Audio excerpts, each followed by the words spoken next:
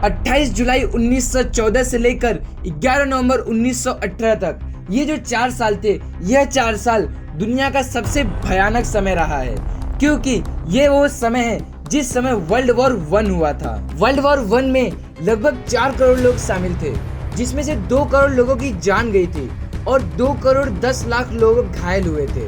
और जो 2 करोड़ लोग की जान गई थी, उसमें से 90,70,000 मिलिट्री वाले थे और 1 करोड़ सिविलियंस थे, मतलब जो वहाँ पे रहते थे। और इस वर्ल्ड वॉर को विश्व का सबसे बड़ा वॉर माना जाता था और ये भी कहा जाता था कि इससे बड़ा कोई वॉर फ्यूचर में हो ही नहीं सकता, और इसलिए इसका नाम दिया गया था द ग्रेट वर्ल्ड वॉर। और 4 साल तक ये वॉर चलने के बाद और इतनी लोग की जान जाने के बाद जो रिजल्ट आया था वो ये था कि जर्मनी की बहुत बुरी तरह से हार हो गई थी। और जर्मनी के सेना में मौजूद एक सैनिक जिसका नाम था एडोल्फ हिटलर, जिसको हार स्वीकार नहीं हुई, उसको हारना बिल्कुल भी पसंद नहीं था, तो उसने तय किया कि हम लोग इस बात का बदला लेकर रहेंगे। और उसी दिन से शुरू हुआ वर्ल्ड वॉर 2 की तैयारी, और हिटलर का यही बदला लेने का जुनून बना वर्ल्ड वॉर 2 का कारण। सितंबर 1939 से लेकर अगस्त 1945 तक चलने वाला जो युद्ध था, इसे वर्ल्ड वॉर 2 नाम दिया गया। और वर्ल्ड वॉर 2 को ग्लोबल वॉर और टोटल वॉर भी कहते हैं। और वर्ल्ड वॉर 2 में 7 से 8 करोड़ लोग की जान गई थी, जिसमें से 5 करोड़ लोग सिटीजन थे, मतलब जो वहाँ पे रहते थे, और 3 करोड़ सोल्जर्स थे। और वर्ल्ड वॉर 2 के समय जो पूरी दुनिया थी वो 2 भागों में बट गई थी। जो पहला ग्रुप था वो था एलिस पावर, और जो दूसरा ग्रुप था वो था एक्सिस पावर। पहले ग्रुप में UK, France, USA, Poland, USSR, China, Greek ऐसे देश मौजूद थे, और एक्सिस पावर में जर्मनी, इटली और जापान, सिर्फ 3 ही देश मौजूद थे।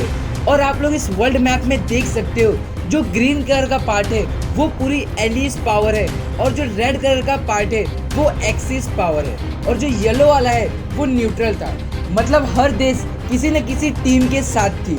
और जो हमारा इंडिया था वो भी एलिस पावर के साथ था, क्योंकि उस टाइम पे हमारे इंडिया पे ब्रिटिशों का राज हुआ करता था।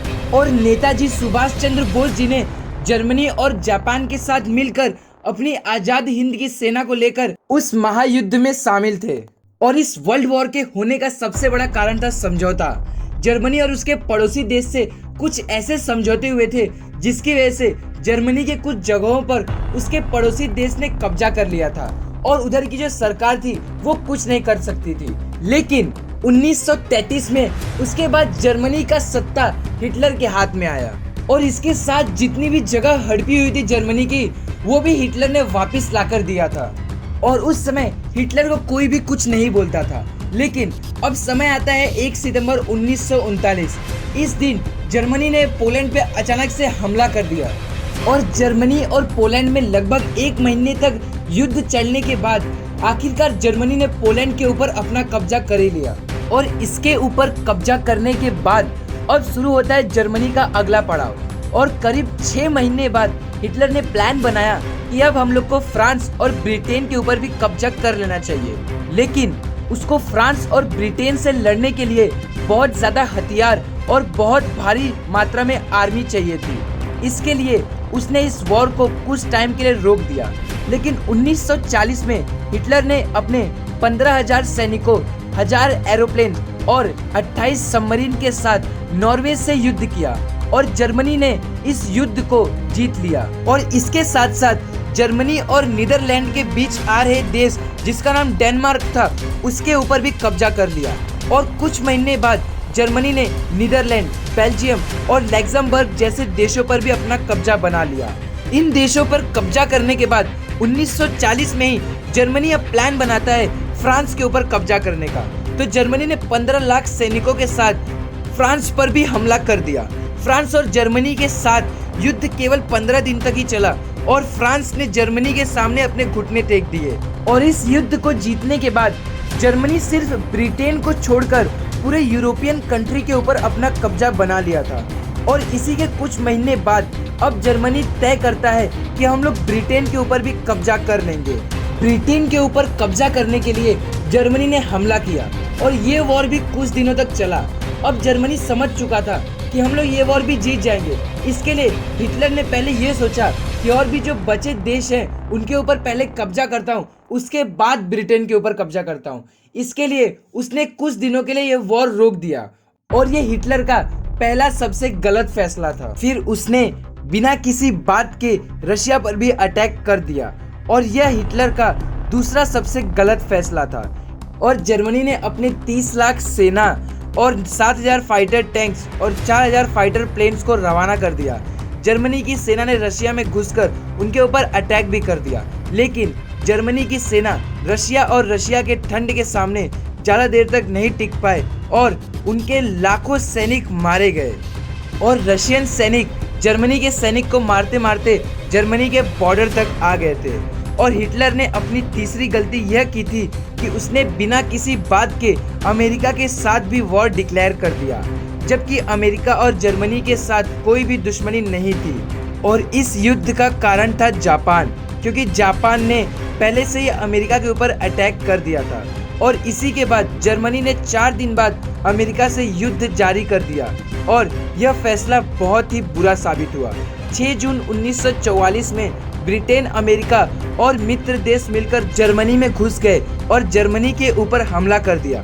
और इसमें जर्मनी के बहुत सारे सैनिक मारे गए और जर्मनी उस समय का एक ऐसा देश था जो लगभग पूरे यूरोप पे कब्जा किया था, वह फिर से घुटने पर आ गया था।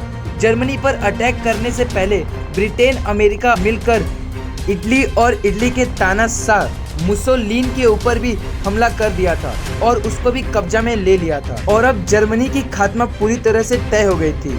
हालांकि 30 अप्रैल 1945 को हिटलर ने खुद को गोली मारकर आत्महत्या कर ली, लेकिन उसकी मौत को लेकर अभी भी एक रहस्य बना हुआ है। और हिटलर के मौत के बाद अब दूसरा विश्व युद्ध खत्म हो चुका था, लेकिन जब अमेरिका, ब्रिटेन और अन्य देशों ने मिलकर जर्मनी पर हमला किया था तो उसी बीच जो जापान था वह इस बात का फायदा उठाकर एशिया के कुछ देशों पर हमला कर दिया था। और वो एशिया के कुछ देशों के साथ साथ अमेरिका के भी कुछ आइलैंड पर कब्जा कर लिया था। अमेरिका ने जापान को परमाणु हमले का चेतावनी भी दिया, लेकिन जापान रुकने का नाम ही नहीं ले रहा था। फिर आता है दिन 6 अगस्त 1945, जब अमेरिका ने हिरोशिमा पर हमला कर दिया और इस हमले में लगभग 2 लाख लोगों की जान गई थी, लेकिन इसके बाद भी जापान नहीं माना। फिर 29 अगस्त 1945 को अमेरिका ने दूसरा परमाणु बॉम्ब नागासाकी पर छोड़ दिया और इस हमले में भी लाखों की जान गई थी। अमेरिका ने जो हमला किया था उसका परिणाम आज भी हिरोशिमा, नागासाकी के लोग भुगत रहे हैं, लेकिन अभी भी भारत पर ब्रिटिशर का हुकूमत था।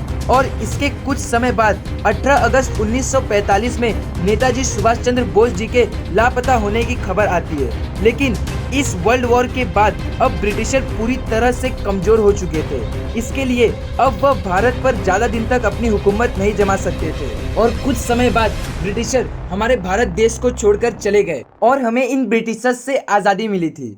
तो आज के लिए सिर्फ इतना ही। तो अगर आप लोग को किसी और टॉपिक पे फ्यूचर में वीडियो चाहिए तो आप लोग मुझे कमेंट में बता सकते हो। तो अगर आप लोग को ये वीडियो अच्छी लगी तो इस वीडियो को लाइक करके और चैनल को सब्सक्राइब करके बेल आइकन जरूर दबाइएगा।